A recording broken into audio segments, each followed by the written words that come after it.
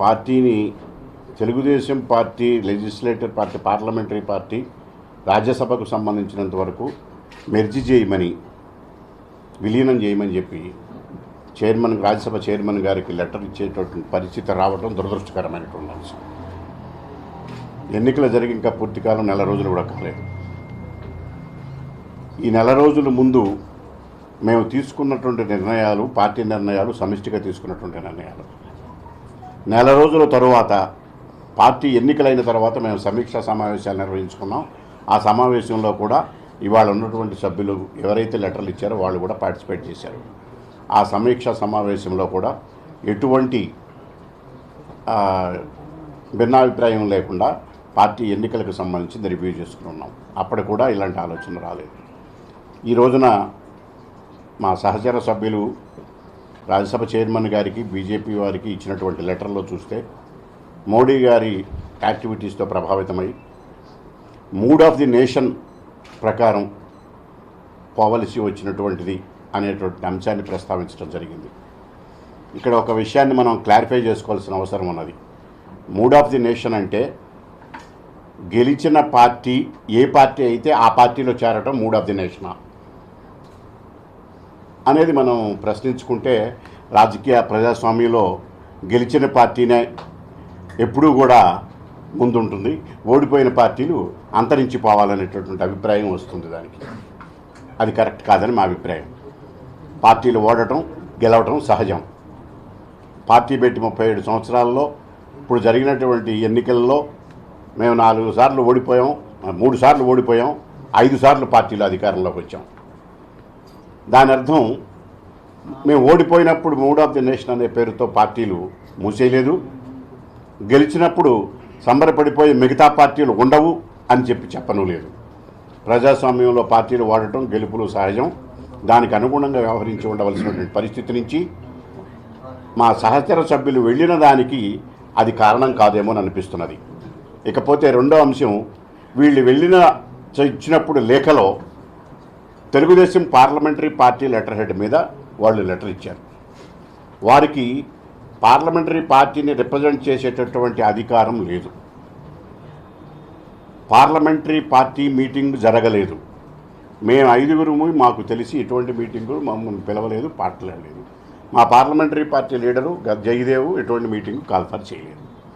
కనుక పార్లమెంటరీ పార్టీలో పార్టీని విలీనం చేయమని రాజ్యసభలో చైర్మన్కి ఇచ్చినటువంటి లెటరు పార్లమెంటరీ పార్టీకి సంబంధం లేదని మీకు తెలియజేయదలుచుకున్నాను.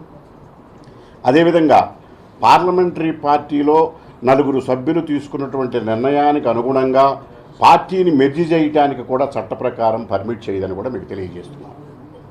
వారు పేర్కొన్నటువంటి 10th షెడ్యూల్లో సంబంధించిన అంశాలు కూడా ఆ లెటర్కి వర్తించవు.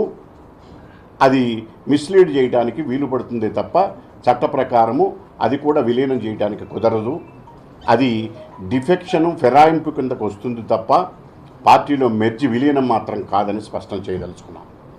అందులో రాజ్యసభ చైర్మన్ గారు ఫిరాయింపుల విషయంలో చాలా స్పష్టమైనటువంటి అభిప్రాయం కలిగినటువంటి వ్యక్తి. ఇట్లాంటి విషయాల పట్ల చాలా కఠినంగా వ్యవహరిస్తారని చెప్పి నిన్నగాక మొన్న కూడా జరిగిన సమావేశాల్లో వివరించినటువంటి వ్యక్తి. ఏది ఏమైనా మెర్జర్ అనేది పార్టీకి సంబంధించిన అంశం, లెజిస్లేచర్ పార్టీలకు మాత్రమే సంబంధించిన అంశం కాదు. ఆ విషయాన్ని కూడా తీసుకోవాల్సిన అంశం ఉన్నది. ఇకపోతే ఇంకొక విషయం ఏమిటంటే, దీన్ని అడ్వాంటేజ్గా తీసుకుని వైఎస్ఆర్సీపీ పార్టీ నాయకులు కానీ ఇతర వ్యక్తులు కానీ భారతీయ జనతా పార్టీ నాయకులు కానీ మాట్లాడుతున్న విషయం ఏమిటంటే, తెలుగుదేశం పార్టీ పని అయిపోయింది, పూర్తిగా సంక్షోభంలో కూరుకుపోయింది, అది మునిగిపోయే నావా అనేది ఒక మాట చెప్తూ, ఇంకో పక్కనేమో చంద్రబాబు నాయుడు గారే వీళ్ళని పంపించారు, ఆయన వెళ్ళలేక, అందుకని పార్టీని బీజేపీతో సఖ్యత కోసం ఈయన చేర్పించారనేటువంటి అవాకులు చవాకులు చాలామంది ఇతర పార్టీలకు చెందిన నాయకులు చెప్తున్నారు. అది అలాంటి పరిస్థితి తెలుగుదేశం పార్టీకి లేదు. ఎందుకంటే ఒక నిర్ణయం తీసుకున్నాం, ఎన్నికల ముందు ఒక నిర్ణయం తీసుకున్నాం. ఆ నిర్ణయం ప్రకారం మేము ప్రత్యేక హోదా కానీ ఇతర సమస్యలు కానీ విభజన సమస్యలపైన కానీ పోరాటం చేశాం. అది చిత్తశుద్ధిగా చేశాం. పోరాటం చేసిన దానికి ప్రజలందరూ ఓట్లేసి గెలిపించారా లేదనేది కొలబద్ద కాదు. పార్టీకి చిత్తశుద్ధి ఉన్నదా లేదనేటటువంటిది మాత్రమే కొలబద్ద. మేము చేస్తున్నటువంటి పోరాటాన్ని ఏదైతే ఉన్నామో చెప్పామో అదే విషయాన్ని ఇప్పుడు అధికారంలోకి వచ్చిన రాష్ట్రంలో ఉన్న పార్టీ కూడా కొనసాగిస్తున్నది. అంతకు మించి భిన్నంగా ఏమీ చెప్పడం లేదు. కాకపోతే వాళ్ళకి మాకు చెప్పేది ఏమిటంటే మీరు చిత్తశుద్ధి లేకుండా చెప్పారు, మేము చిత్తశుద్ధితో చెప్తున్నామని చెప్పడం తప్ప అంతకు మించి డిమాండ్స్లో కానీ మేము చేస్తున్న పోరాటంలో కానీ మేము ఒక్కసారి పోరాటం చేయటం ప్రారంభించిన తర్వాత రాజీ లేని పోరాటం చేశాం. అందువల్ల ఏంటంటే అక్కడ మా చిత్తశుద్ధిని శంకించడానికి దీనికి అవకాశమే లేదు. కనుక ఎన్నికల్లో గెలిచినంత మాత్రాన మోడీ గారిని కీర్తించి వారి వెనకాల వెళ్ళవలసినటువంటి అవసరమూ లేదు. అందువల్ల మేము స్పష్టంగా తెలియజేయదలుచుకున్నది ఏంటంటే తెలుగుదేశం పార్టీ మనుగడకి ఎటువంటి ప్రమాదమూ లేదు, కార్యకర్తలు ఆధారపడవలసిన అవసరమూ లేదు. కొంతమంది ఆడుతున్నటువంటి మైండ్ గేమ్తో ప్రజలు కానీ కార్యకర్తలు కానీ ఎటువంటి పద్ధతిలో మిస్లీడ్ కావాల్సిన అంశమూ లేదు. మా నుంచి విడిపోయినటువంటి సభ్యులు వాళ్ళ అభిప్రాయాలు వాళ్ళ ఆలోచనలు వాళ్ళకి ఉండవచ్చు, మేము దాని గురించి మాట్లాడదలుచుకోలేదు నేను. కానీ దానికి షెల్టర్గా ఇటు పార్టీని కానీ లేదా వేరే విషయాల్లో మూడ్ ఆఫ్ ది నేషన్ అనో లేకపోతే ఇంకొక రకంగా మోడీ గారు చేస్తున్న యాక్టివిటీస్ను చూసి ప్రభావితమయ్యానని చెప్పడం అనేటటువంటిది కరెక్ట్ కాదని ప్రజలందరూ కూడా భావిస్తున్నటువంటి సందర్భం మనకు తెలిసిన విషయమే. అందువల్ల ఏంటంటే మా సహచర సభ్యులు చేసినటువంటిది ఫిరాయింపు కిందకు వస్తుంది, విలీనము కాదు. దాన్ని ఆ రకంగానే ట్రీట్ చేయవలసినటువంటి అవసరం ఉన్నదని రాజ్యసభ చైర్మన్ గారి దృష్టికి మా పార్లమెంటరీ పార్టీ కూడా తీసుకువెళ్తుంది. కనుక దీన్ని దృష్టిలో పెట్టుకుని మేము మా పార్టీ కార్యకర్తలకి నాయకులకి స్పష్టంగా చెప్పదలుచుకున్నది, వాళ్ళకి తెలియజేయదలుచుకున్నది మీ ద్వారా కూడా ఏమిటంటే మా పార్లమెంటరీ పార్టీ అంతా మా 5గురికి సంబంధించి ఎటువంటి అభిప్రాయాలు లేకుండా ఏకాభిప్రాయంతో చంద్రబాబు నాయుడు గారి నాయకత్వాన్ని ఉన్నటువంటి తెలుగుదేశం పార్టీ కింద మేము పనిచేస్తున్నాం. దానికి ఆ పార్టీ మనుగడకి భవిష్యత్తుకి ఎటువంటి డోకా లేదు. ఈ ఎన్నికల్లో ఓడిపోయి ఉండవచ్చు, దాన్ని విశ్లేషించుకుంటాం, సమీక్షించుకుంటాం, ముందుకు వెళ్తాం, పార్టీని నడిపిస్తాం. పరిణామాల పరిస్థితి కోర్టులో కేసులా లేదా అయినటువంటి విషయం ఈ రోజు వరకు జరిగిన పరిణామాలకి ఇప్పుడు మేము చేయదలుచుకున్న అంశం రాజ్యసభకి చైర్మన్ గారికి వాళ్ళు ఇచ్చినటువంటి లెటరు వాళ్ళు చెప్పినటువంటి రాజ్యాంగంలో 10th షెడ్యూల్కు అనుగుణంగా లేదు, అది విలీనంకు పనికిరాదు, ఫిరాయింపుకు వస్తుందని చెప్పి వారి నోటీస్కి మేము తీసుకువెళ్ళదలుచుకున్నాం. తదుపరి కార్యాచరణ వాళ్ళ కార్యాచరణ, రాజ్యసభ చైర్మన్ గారి కార్యాచరణ వాటిపైన ఆధారపడి తదుపరి కార్యక్రమం మేము నిర్ణయించుకుంటాం. లీడర్లకు అధికారం లేదు. మేమందరం లేకుండా జయదేవ్ గారు మేము పార్టీ విలీనమైందని ఆయన లెటర్ ఇస్తే చెల్లదు. మెజారిటీ మేమన్నా పార్లమెంటరీ పార్టీలు మేమంతా మెజారిటీనే. మెజారిటీ అనేది పార్టీ పరంగా ఉండాలి తప్ప లెజిస్లేచర్ పార్టీ పరంగా కాదు. అదే చట్టాన్ని దానికే సుప్రీంకోర్టు తీర్పులు కూడా దానికి భిన్నంగా ఉన్నాయి. అవన్నీ మేము లీగల్గా మేము చూసుకుంటాం.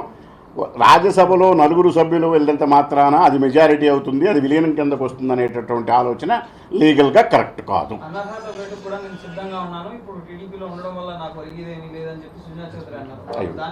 అది వాళ్ళ అభిప్రాయం. వాళ్ళ అభిప్రాయాల జోలికి కానీ వాళ్ళ విషయాల జోలికి కానీ వాళ్ళ వెనకన్న కారణాలను కానీ మేము సమీక్షించదలుచుకోవాలి. పార్టీకి మాత్రం పార్టీ పైన వచ్చేటువంటి మైండ్ గేమ్ కానీ పార్టీ మనుగడకు కానీ ఎటువంటి ప్రమాదం లేదు. మా కార్యకర్తలు ఎవరు కూడా అధైర్యపడట్లేదు. నాయకులు వెళ్ళిపోతున్నారు కానీ కార్యకర్తలు ఎప్పుడు ఉంటున్నారు. కార్యకర్తలు అధైర్యపడకుండా పార్టీ మనుగడ చంద్రబాబు నాయుడు గారి నాయకత్వంలో కొనసాగుతుంది. మేము మా పార్టీ అంతా కూడా ఈ కార్యక్రమాలని సునిశ్చితంగా పరిశీలిస్తుంది మా అధ్యక్షుడితో సహా. సార్ వాళ్ళు 10th షెడ్యూల్ పారా 4 అని చెప్తున్నారు, అది పార్టీ ఫిరాయింపుల కిందకు వస్తుందని మీరు ఏ సెక్షన్ ప్రకారం చెప్తారు? మేము లీగల్గానే చెప్తున్నాను నేను. వాళ్ళు చెప్పిన 4th క్లాజ్ కూడా అది వాళ్ళకి వర్తించేది కాదు. అది పార్టీకి సంబంధించిన అంశం తప్ప లెజిస్లేచర్ పార్లమెంటరీ పార్టీకి హౌస్కి ఏ హౌస్కి ఆ హౌస్కు చూసి విడగొట్టి దాని కింద షెల్టర్ తీసుకోవడానికి అవకాశం లేదు. అది లీగల్ పరమైన అంశము. ఆ అంశాన్ని రాజ్యసభ చైర్మన్ గారి దగ్గర మేము లేవనెత్తుతాం. మేము అది మా ప్రాసెస్ దానికి ఏమండి అంటే మీలో కూడా మిమ్మల్ని అప్రోచ్ అయ్యారని మీలో కూడా కొందరు చేరుతారేమో అని ఇక్కడ అందుకేనండి మీకు చెప్పదలుచుకున్నది. దీని వెనకాల ఇంకా నేను ఈ స్టేజ్లో ఇంతకు మించి లోతుకు వెళ్ళటం కరెక్ట్ కాదు. భారతీయ జనతా పార్టీ కూడా ఇలాంటి రకమైనటువంటి చర్యను ప్రోత్సహించడం అనేది అది గర్హించదగిన విషయం. ఇట్లాంటిది మేము ఖండిస్తున్నాం దాన్ని తీవ్రంగా.